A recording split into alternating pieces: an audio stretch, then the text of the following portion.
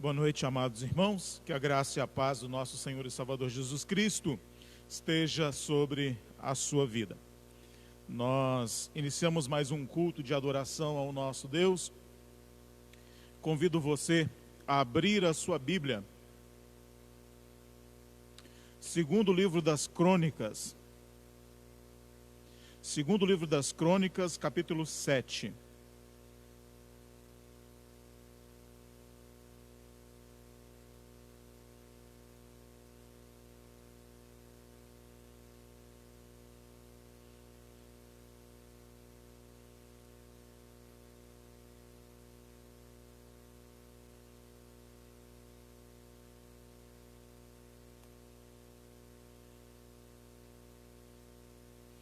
Segundo livro das Crônicas, capítulo 7,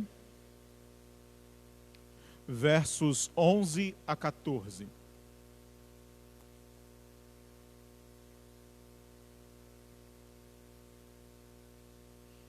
Nos diz a palavra de Deus. Assim, Salomão acabou a casa do Senhor e a casa do rei. Tudo quanto Salomão intentou fazer na casa do Senhor e na sua casa, prosperamente o efetuou. De noite, apareceu o Senhor a Salomão e lhe disse: ouvi a tua oração e escolhi para mim este lugar para a casa do sacrifício. Se eu cerrar os céus de modo que não haja chuva, ou se ordenar aos gafanhotos que consumam a terra, ou se enviar a peste entre o meu povo, se o meu povo que se chama pelo meu nome se humilhar e orar e me buscar e se converter dos seus maus caminhos, então eu ouvirei dos céus, perdoarei os seus pecados e sararei a sua terra.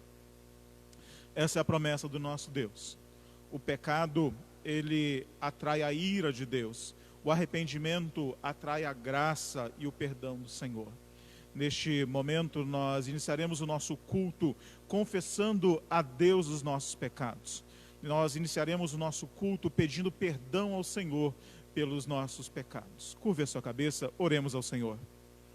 Bondoso Pai, nos achegamos a Ti, conscientes de que o Senhor é absolutamente santo e que nós, absolutamente pecadores. Nosso coração, ó Deus, ainda está contaminado pelo pecado. Nós te suplicamos, ó Pai, que o Senhor nos perdoe, que o Senhor nos santifique dia a dia, para que sejamos conformados à imagem do Teu Filho Jesus. E é em nome de Cristo Jesus, o Teu Filho amado, que oramos. Amém.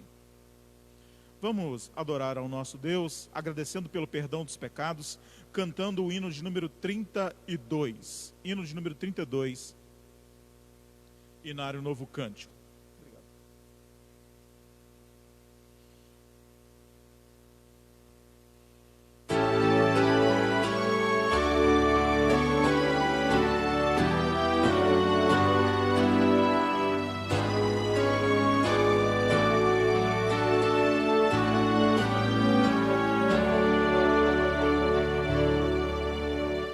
Tu és fiel, Senhor, ó Pai celeste.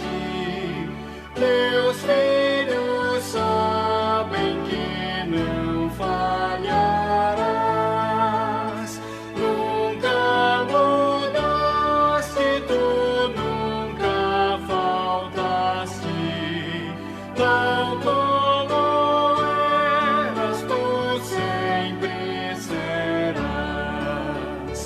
Tu és fiel, Senhor, Tu és fiel, Senhor, dia após dia, com bênção sem fim. Tua mercê nos sustenta e nos guarda.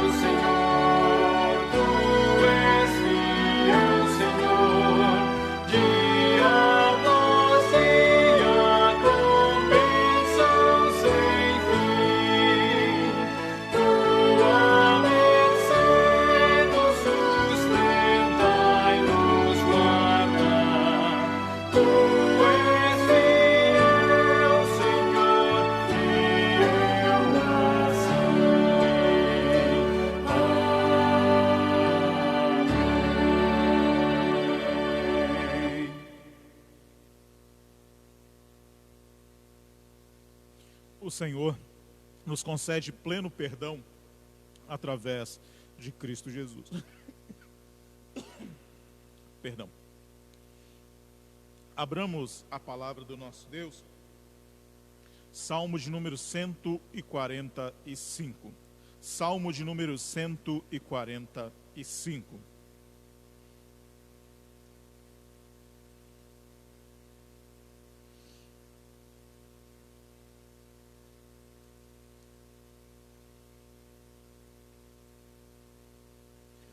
Faremos a leitura de todo o Salmo, Salmo de número 145.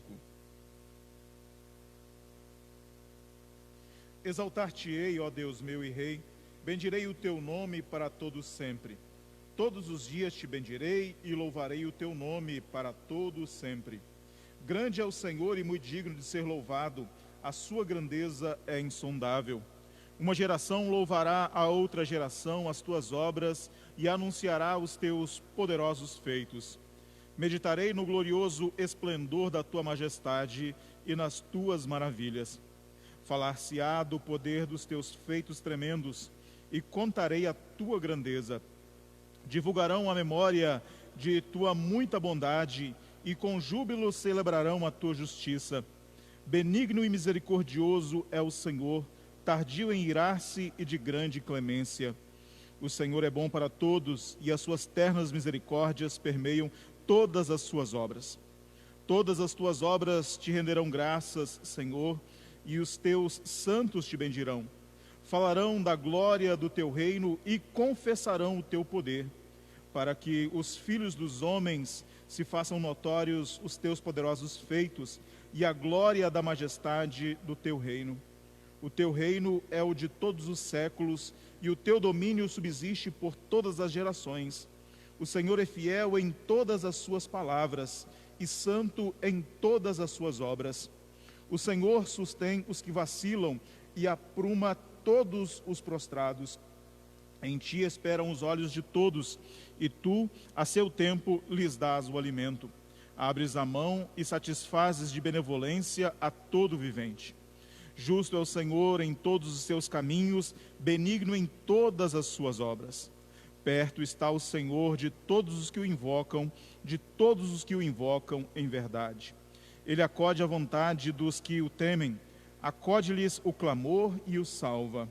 O Senhor guarda a todos os que o amam, porém os ímpios serão exterminados. Profira a minha boca louvores ao Senhor, e toda a carne louve o seu santo nome para todos sempre. Este é o Deus bondoso, este é o Deus gracioso, este é o Deus clemente ao qual servimos. E nesse instante vamos adorá-lo, adorar o seu santo nome com oração. Curve a sua cabeça e adoremos ao Senhor. Bondoso Pai, nós te adoramos pela tua misericórdia. Nós te adoramos porque o Senhor é um Deus presente. Nós te adoramos porque as tuas ternas misericórdias estão conosco, nos sustentando dia a dia. Louvado seja o teu nome, ó Deus, porque o Senhor não nos desampara. O Senhor não nos deve nada, porém, o Senhor se agrada em nos abençoar. O Senhor se agrada em nos guardar. O Senhor se agrada em nos sustentar. O Senhor se agrada em nos proteger. Bendito seja o teu nome. A tua igreja te adora, em nome de Cristo Jesus. Amém. Vamos adorar ao Senhor cantando o hino de número 113, perdão. Hino de número 113.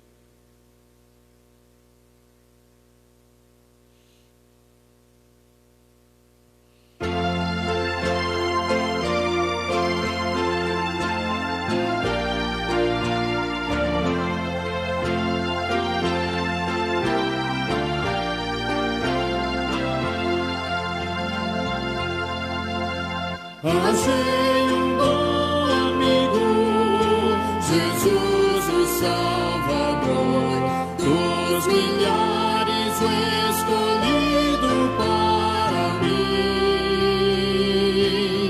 Ele é a luz do mundo, o forte mediador, que me purifica e guarda até ao fim. Consolador,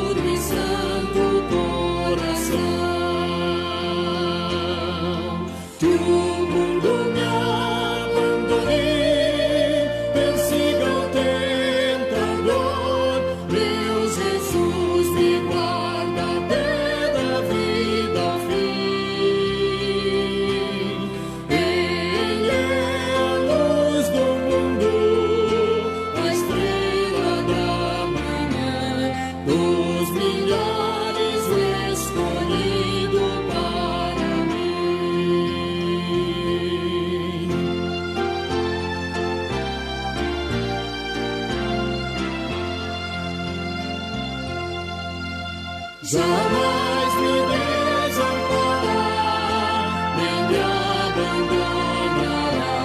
Ser fiel, obediente a quem viver. Está sempre a meu lado e me protegerá. Até quando face a face eu possa ver. Então ao céu subirei, da glória eu me verei, com Jesus meu Salvador morando enfim. Ele é a luz do mundo, a estrela da manhã, dos milhares escolhido para mim.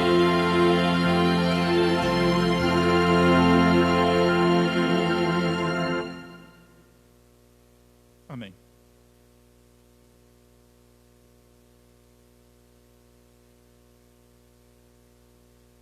Se eu for pregar na sua igreja, não esqueça que eu tomo muita água. Abramos a palavra do Senhor em Gálatas, capítulo 3. Epístola de Paulo aos Gálatas, capítulo 3.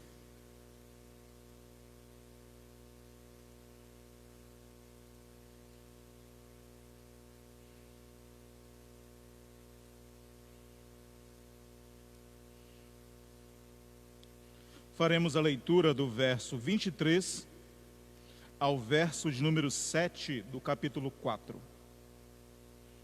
Gálatas, capítulo 3, verso 23 ao verso 7 do capítulo 4.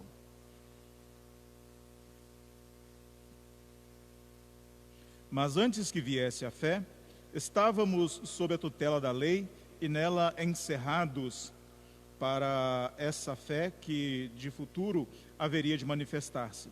De maneira que a lei nos constituiu, ou de que a lei nos serviu de aio, ou seja, a lei nos serviu de professor, nos serviu para conduzir a Cristo, a fim de que fôssemos justificados por fé.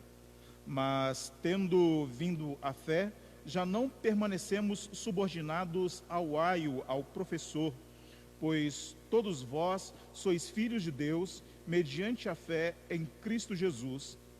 Porque todos quantos fostes batizados em Cristo, de Cristo vos revestistes, dessarte que não pode haver nem judeu, nem grego, nem escravo, nem liberto, nem homem, nem mulher, porque todos vós sois um em Cristo Jesus.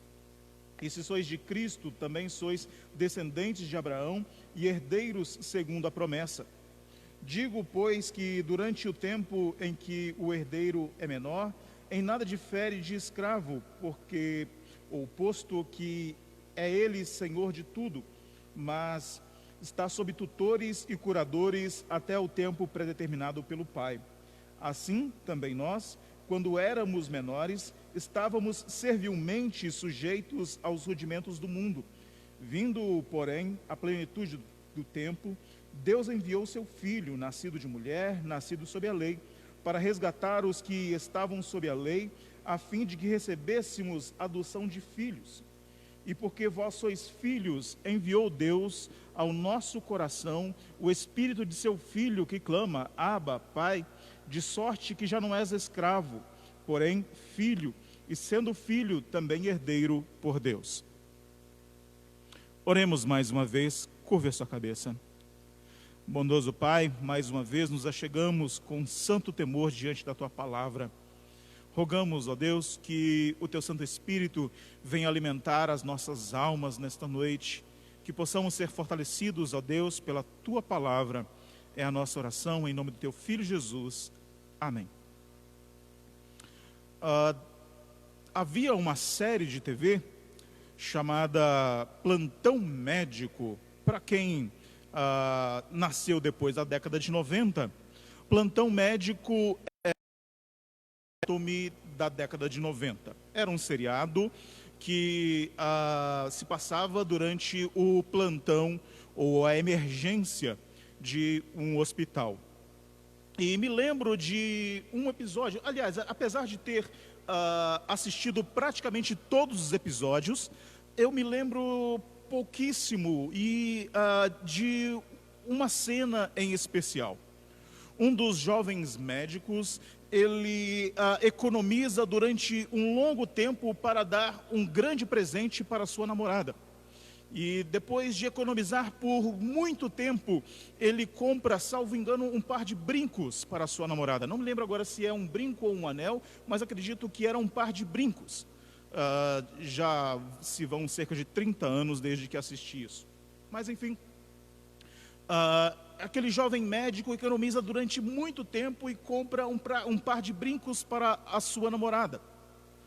E ele confidencia para uma colega de trabalho o quão duro ele havia trabalhado, o quão duro ele havia economizado para comprar aquela joia preciosa para a sua namorada. E ela deu de presente, ele deu de presente para ela, e conversando com uma amiga, ela diz que não havia gostado muito do presente. E a princípio ela achava que aquele presente, aquela joia era uma bijuteria. E ela estava prestes a trocar com a sua amiga pelo par de brincos de bijuteria que a sua amiga havia comprado. Não fosse a colega a quem o jovem médico havia confidenciado, ela teria trocado aquela joia verdadeira, ela teria trocado aquela caríssima joia por um par de brincos de bijuteria. Quando olhamos para o livro dos Gálatas, por que Paulo escreve esta epístola? Por que Paulo escreve esta carta? Exatamente porque falsos mestres estavam adentrando a igreja, as igrejas da Galácia, e porque a Galácia é uma região. Esta carta foi escrita não para uma igreja específica, mas para um grupo de igrejas, e certos falsos mestres estavam adentrando a igreja, e a igreja estava dando ouvidos a esses falsos mestres. Então, a igreja de Deus estava sendo conduzida para um falso evangelho. A igreja de Cristo estava abandonando o verdadeiro evangelho e estava abraçando um outro evangelho, como Paulo mesmo diz. Um outro evangelho não da mesma essência, mas um evangelho diferente. Um evangelho que misturava cristianismo com judaísmo. Um evangelho que misturava graça com ritos do Antigo Testamento. Então, esta carta é escrita para que os crentes da Galácia voltassem daquilo que Paulo chama de insensatez. E, de fato, Paulo chama a igreja, ou chama os crentes da Galácia de insensatos. Eles estavam trocando o verdadeiro evangelho por um evangelho falso. Eles estavam trocando o evangelho da graça por um evangelho de obras. É exatamente por isso que esta epístola foi escrita, para trazer de novo os crentes da Galácia à sensatez, para trazer de novo os crentes da Galácia ao evangelho da graça de Cristo.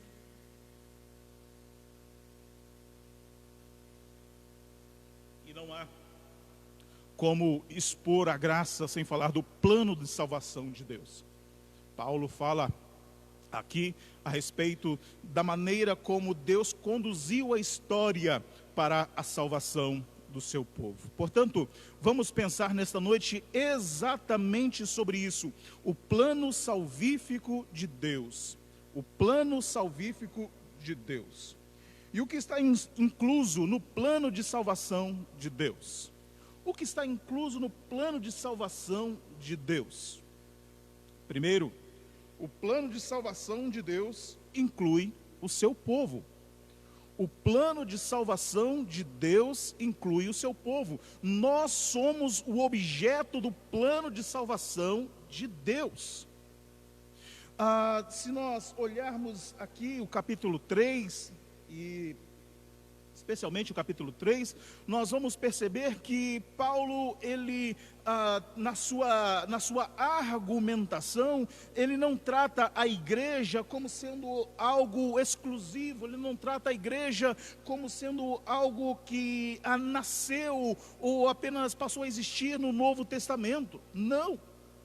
A igreja de Deus, ela passou a existir a partir de que o primeiro homem foi criado, o primeiro homem com o propósito de adorar a Deus foi criado. A partir de Adão, a partir do jardim do Éden, a igreja nasceu. Sim, você pode se perguntar, mas a igreja, ela é muito diferente hoje do que era, por exemplo, no jardim do Éden, do que era na era patriarcal, do que era na nação de Israel. Sim, a igreja é diferente. O nosso culto é diferente. Se Abraão chegasse aqui nos nossos dias, provavelmente ele se assustaria da maneira como adoramos a Deus. Mas nós não devemos esquecer de uma coisa: a adoração, o culto a Deus, ele acompanha a progressividade da revelação. Deus, ele começou a se revelar no jardim do Éden. Deus começou a se revelar a Adão. E ele progressivamente foi se revelando com o passar dos anos. Sim, ele se revelou de certa maneira a Adão. Ele se revelou a Abraão. O seu nome foi conhecido apenas lá em Êxodo, quando Moisés conversou com Deus ali na sarça ardente. Na era patriarcal, os cultos eram celebrados em família, os sacrifícios. Posteriormente, veio a nação de Israel e havia os sacerdotes, havia todo o ritual de adoração a Deus. E hoje, no Novo Testamento, nós temos as instituições, as igrejas como instituições, temos microfones, temos agora internet, enfim, adoramos a Deus segundo a sua palavra.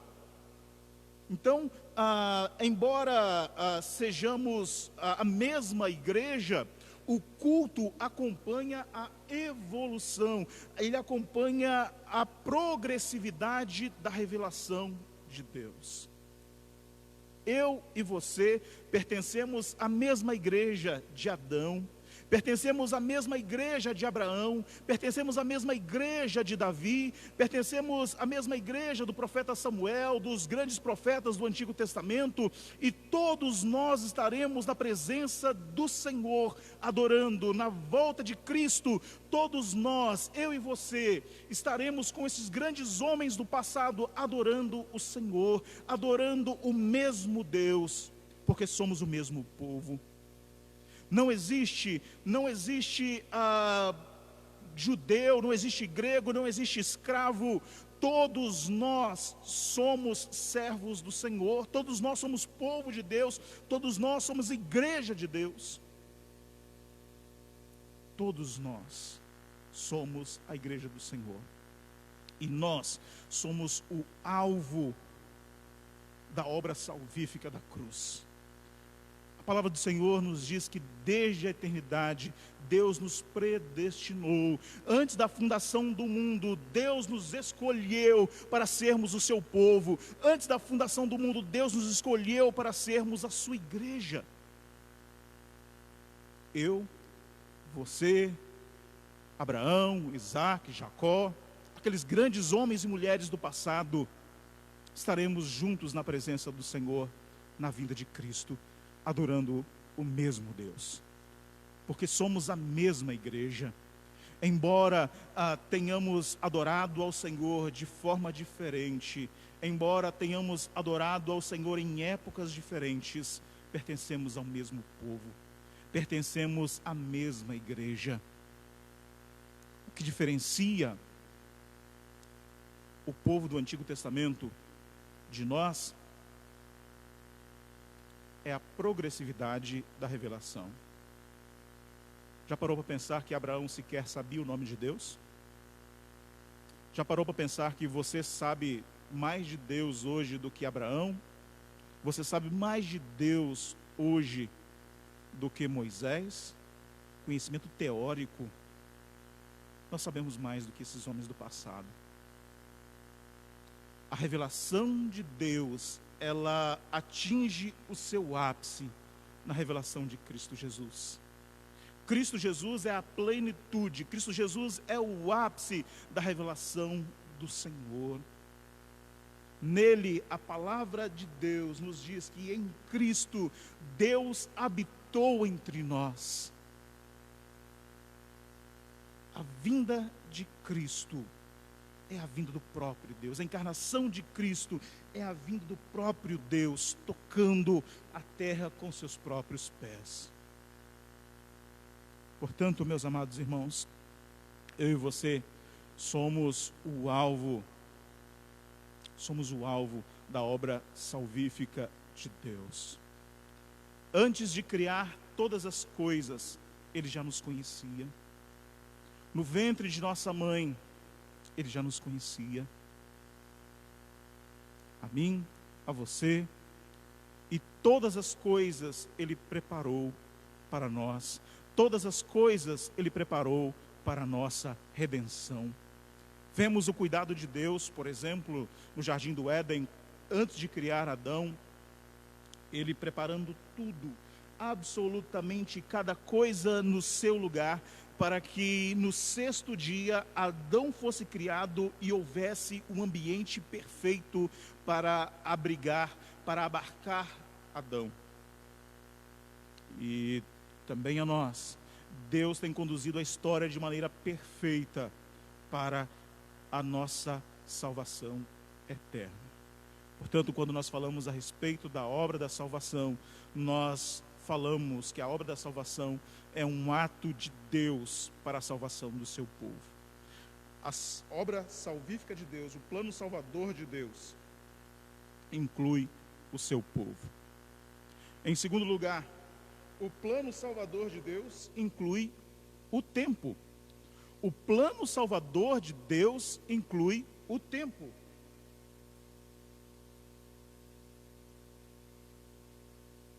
Capítulo 4.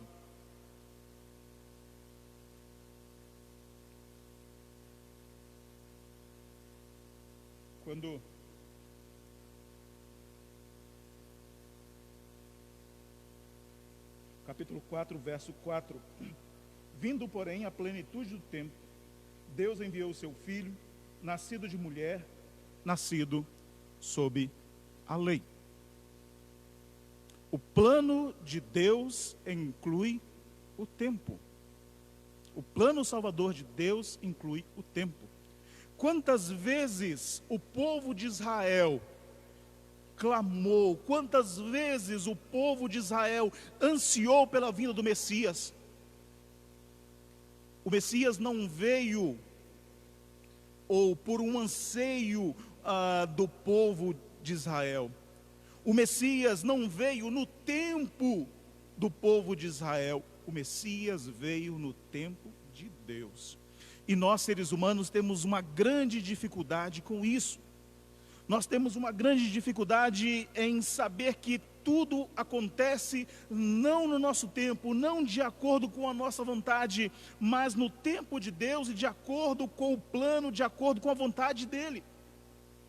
As coisas não acontecem, as coisas não giram em torno de nós, elas não acontecem de acordo com o nosso plano, o nosso propósito, mas há um propósito maior, um propósito criado pelo próprio Deus, e todas as coisas cooperam para o cumprimento deste grande plano. Os nossos planos, eles adiam. Por exemplo, tenho certeza que muitos dos seus planos para 2020 foram adiados, foram postergados. Mas o plano de Deus, ele não adia, ele não adianta nem atrasa. O plano de Deus acontece no tempo certo. Por isso Paulo diz, na plenitude do tempo, no tempo de Deus, no tempo certo, Ele enviou o seu Filho, nascido de mulher. É no tempo dele. E muitas vezes nós, como seres humanos, nós costumamos a questionar a Deus, nós costumamos a questionar o plano de Deus, nós costumamos a levantar muitos porquês. Você já percebeu que na cruz, enquanto Jesus estava sendo crucificado, ele colocou Maria sob os cuidados de João? Você já percebeu que depois daquele recenseamento, quando Jesus estava ali ainda pequeno, conversando com os mestres, José não aparece mais? Provavelmente, é praticamente certo que José já estava morto. É praticamente certo que José morreu, enquanto Jesus ainda era jovem. Mas porque o Senhor do universo, aquele que tem poder para vencer a morte, aquele que tem poder, todo o poder nas suas mãos, aquele que criou todo o universo, ele não poderia ressuscitar aquele que era considerado o seu pai? Não era o plano, não era o propósito, não era o tempo de Deus ressuscitar a José naquele tempo. Não era tempo para aquilo. Muitas vezes nós questionamos o tempo de Deus quando isso nos atinge, quando isso vai contra a nossa vontade, quando isso vai contra os nossos desejos. Jesus poderia ter ressuscitado a José? Poderia. Jesus é o Rei da Glória. Ele poderia ter ressuscitado o seu pai terreno a qualquer momento. Mas não era o tempo de Deus, não era do plano de Deus, não era do propósito de Deus. Deus age de maneira certa, no tempo certo, fazendo a coisa certa. No Antigo Testamento, o povo estava sob a lei. Era tempo, o povo estava sob a tutela da lei. Era o tempo de Deus para o povo naquele momento. Quando nós nascemos, ninguém nasce cristão, ninguém nasce crente, ninguém nasce servo de Deus. Nós estávamos sob os rudimentos do mundo. Era o tempo de Deus. Mas aprouve a Ele que no tempo certo Ele enviasse o seu Filho. Aprouve a Ele que no tempo certo nós crescêssemos no Evangelho. Aprouve a Deus. Foi da vontade do Senhor. A vontade de Deus, ela se cumpre no tempo. Não no nosso, no dele. Deus permitiu que o seu povo no Antigo Testamento andasse debaixo da lei, sob a tutela da lei. Deus permitiu que durante certo tempo nós andássemos segundo os rudimentos do mundo. Sim, em pecado, mas já éramos eleitos, predestinados desde a fundação do mundo, já éramos povo de Deus, desde o ventre de nossas mães. Por quê? Porque o plano de Deus não falha, Ele tem um tempo certo de agir. E isso, meus amados irmãos, é conforto e consolo para os nossos corações.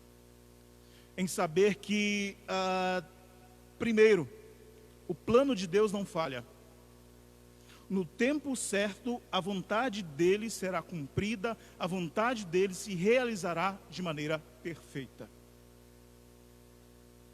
E o outro consolo importante para os nossos corações: a vontade de Deus para nós é muito melhor do que a nossa.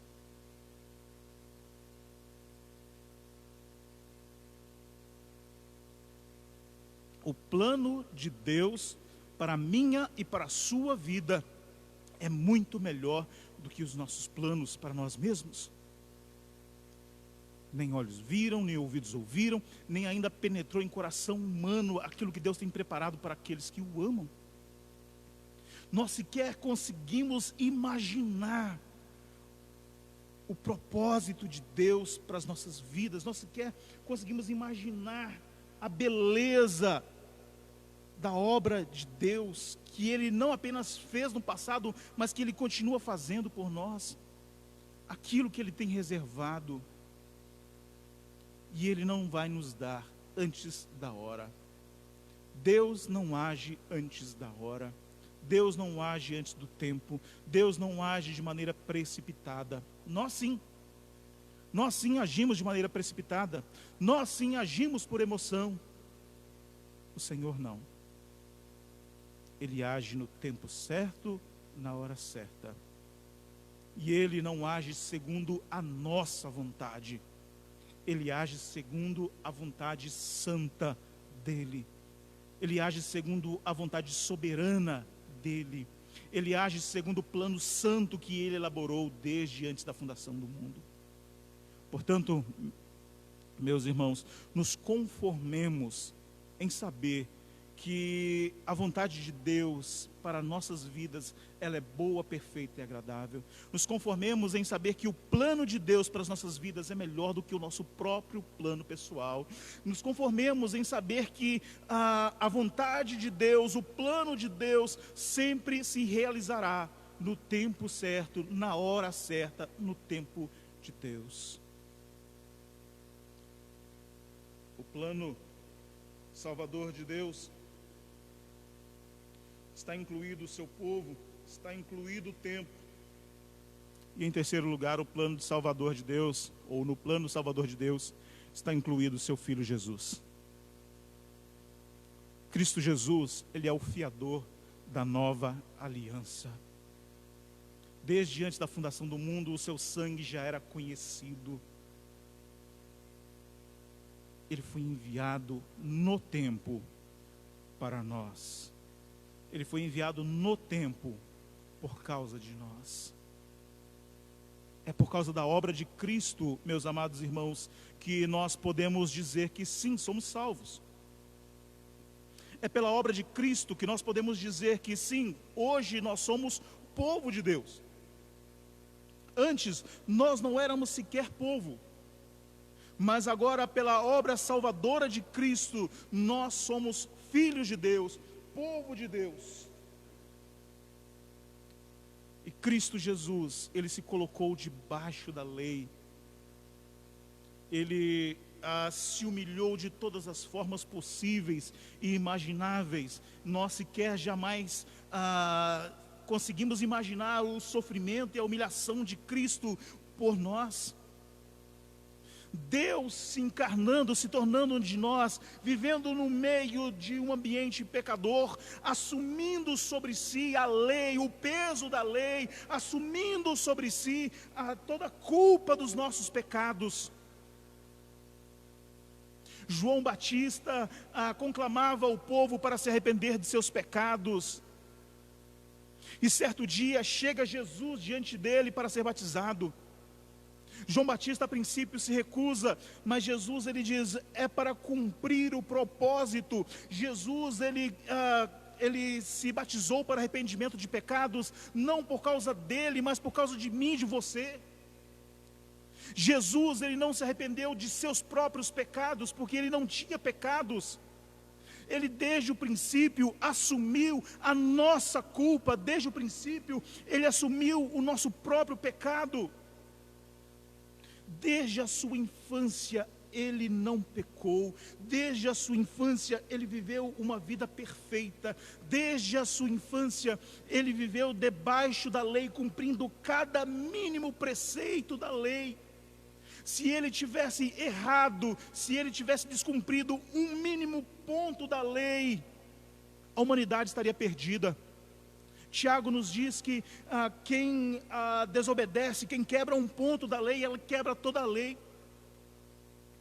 Portanto, Jesus ele se colocou debaixo da lei, cumpriu de maneira perfeita e de maneira inocente foi conduzido à cruz para morrer em nosso lugar. Foi por causa de nós, foi por causa do nosso pecado que Cristo Jesus foi morto na cruz. Foi algo fortuito? Não. Ele não veio, se encarnou, cumpriu a lei de maneira perfeita e fortuitamente foi crucificado. Não. Desde antes da fundação do mundo, ele já sabia disso. Desde antes da fundação do mundo, Cristo sabia que viria que se encarnaria e morreria por mim e por você, para que nós nos tornássemos povo de Deus, para que Ele se tornasse fiador de nova aliança, para que a salvação chegasse até nós. Somos salvos não por nossos méritos, somos salvos não porque somos bons, somos salvos não porque somos impecáveis, não, somos salvos porque Cristo é bom, somos salvos porque Cristo é impecável, somos salvos porque Cristo cumpriu a lei. Ninguém jamais de maneira perfeita conseguiu ou conseguirá cumprir a lei. Somos pecadores. Foi necessário que por obra do Espírito Santo Cristo fosse concebido, para que dessa maneira Ele fosse concebido sem pecado, para que de maneira inculpável vivesse toda a sua vida, até o momento de ser crucificado. E mais uma vez, não foi algo fortuito, não foi algo do acaso, foi plano de Deus. Pedro mesmo diz, lá no livro de Atos, foi o plano de Deus, foi em cumprimento ao plano de Deus, foi intencional a morte de Cristo. Para os judeus pode ter sido algo fortuito. Olha, tem alguém pregando contra nós, vamos entregá-lo ao Império Romano para que o Império Romano o mate, para cumprir a nossa vontade. Pode ter sido fortuito para eles, pode ter sido um acaso para eles, mas para nós, povo de Deus, nós sabemos que foi plano do Senhor. Antes que houvesse o mundo, o plano eterno de Deus já existia para a salvação minha e sua. E nós recebemos esta obra grandiosa, nós recebemos a salvação eterna, não quando obedecemos perfeitamente a lei, mas quando cremos em Cristo, quando descansamos em Cristo. Paulo sabia que os Gálatas eram pecadores. Paulo sabia que ele mesmo era pecador e, como já disse aqui inúmeras vezes, ele se classificava como o pior de todos os pecadores, o maior de todos os pecadores. Mas ele sabia que o grande erro dos Gálatas era estar abandonando a graça de Deus em Cristo. Era achar que eles poderiam acrescentar algo à obra perfeita de Cristo. É achar que eles poderiam fazer algo para colaborar, para acrescentar a sua salvação. Nós não podemos, nem devemos misturar nada à obra de Cristo. A obra de Cristo é perfeita. A obra de Cristo ela é completa. A sua obra expiatória está realizada por nós. Ela está completa. O que nós aguardamos, meus amados irmãos, é a sua segunda vinda, quando Ele virá nos buscar. E Ele disse a seus discípulos, sim, a mim e a você, Ele diz que Ele foi fazer uma morada para nós. Na casa do Pai há muitas moradas, e Ele foi preparar uma para nós e virá nos buscar. A obra de Cristo é perfeita. Não precisamos acrescentar nada. Precisamos descansar completamente. Crer em Cristo como nosso único e suficiente Salvador. E aceitar que esta obra, que a morte de Cristo foi em nosso lugar. E agora, como servos de Deus, nós devemos viver para Ele. Nós somos comprados pelo sangue precioso de Jesus. Não é o fato de vivermos para Deus que irá nos dar a salvação, mas a nossa vida é entregue a Ele, porque fomos comprados. A nossa vida é entregue, nós servimos ao Senhor por amor, por gratidão e porque reconhecemos que a nossa vida pertence a Ele. Fomos comprados do império das trevas, estamos no reino da luz, não por causa de nós, mas por causa dEle, por causa da graça bendita de Deus em Cristo. Que Deus abençoe a sua vida, que você possa descansar unicamente na graça de Deus em Cristo Jesus. Que você possa reconhecer que Jesus Cristo é o Senhor e Salvador de sua vida. O plano de Deus, o plano salvador de Deus, Ele inclui o seu povo. Nós somos o objeto do plano salvador de Deus. O plano de Deus inclui o tempo, no tempo certo, não no tempo nosso, não no tempo do povo. Deus enviou o seu Filho Jesus. E o plano de Deus, ele inclui o seu Filho Jesus, que é o fiador da nova aliança, que é aquele que morreu, que levou sobre si a culpa dos nossos pecados. Curva a sua cabeça, vamos orar. Bondoso Pai, nós adoramos o Teu nome, porque pertencemos ao mesmo povo, pertencemos à mesma igreja, que Adão, que Moisés, que Abraão, que Isaac, Jacó, enfim, que esses grandes homens do passado. Obrigado a Deus pelo privilégio que temos de que um dia estaremos juntamente com esses grandes homens e mulheres do passado, na presença do Senhor, adorando o Senhor. Obrigado porque aprove, Senhor, foi da Tua vontade, que no tempo certo, no tempo do Senhor, no Teu propósito, o Senhor enviasse o Teu Filho Jesus para morrer por nós, para morrer pelos nossos pecados. Obrigado a Deus por tão grande salvação. Também, ó Deus, queremos Te agradecer pela vida da Mônia, que essa semana completou mais um ano de vida. Queremos, ó Deus, Te bendizer, Te louvar. Queremos, ó Deus, rogar que a graça do Senhor, que a bênção do Senhor esteja sobre ela e que ela possa, ó Deus, ser cada dia fortalecida pelo Senhor, abençoada pelo Senhor, e que ela possa, ó Deus, viver muitos anos na Tua presença, reconhecendo que Jesus é o Senhor de sua vida. Pai, nós também Te bendizemos pela vida da Neiva e do Bernardo, que hoje completam mais um ano de união conjugal. Queremos, ó Pai, rogar também as ricas bênçãos do Senhor sobre ela, sobre o Bernardo, sobre a vida dos seus filhos, que a família, ó Deus, que esta família possa ser cada dia mais abençoada pela Tua poderosa mão. Deus Santo, nós também intercedemos por aqueles amigos e irmãos que se encontram enfermos, que a Tua boa mão esteja sobre cada um deles, ó Deus, que a Tua graça esteja sobre os nossos amados, fortalecendo e restaurando sua saúde. Intercedemos, ó Deus, pela vida do nosso irmão José Augusto, intercedemos, ó Deus, pela vida da dona Ilse, intercedemos, ó Deus, também pela vida do pastor Josué, pela vida, ó Deus, do reverendo Eliezer. Também Te pedimos, ó Deus, pela vida da dona Marilene. Te pedimos, ó Deus, também pela saúde da dona Maria, mãe da Cristiane. Te pedimos, ó Deus, pela vida da Sara, filha do meu grande amigo Nelson. Te peço, ó Deus, que o Senhor esteja derramando sobre a tia Lélia também a Tua graça, que o Senhor esteja também abençoando a sua saúde, a vida da Angélica também, que foi diagnosticada com Covid, que o Senhor possa, ó Deus, abençoá-la, guardá-la e também aos seus filhos.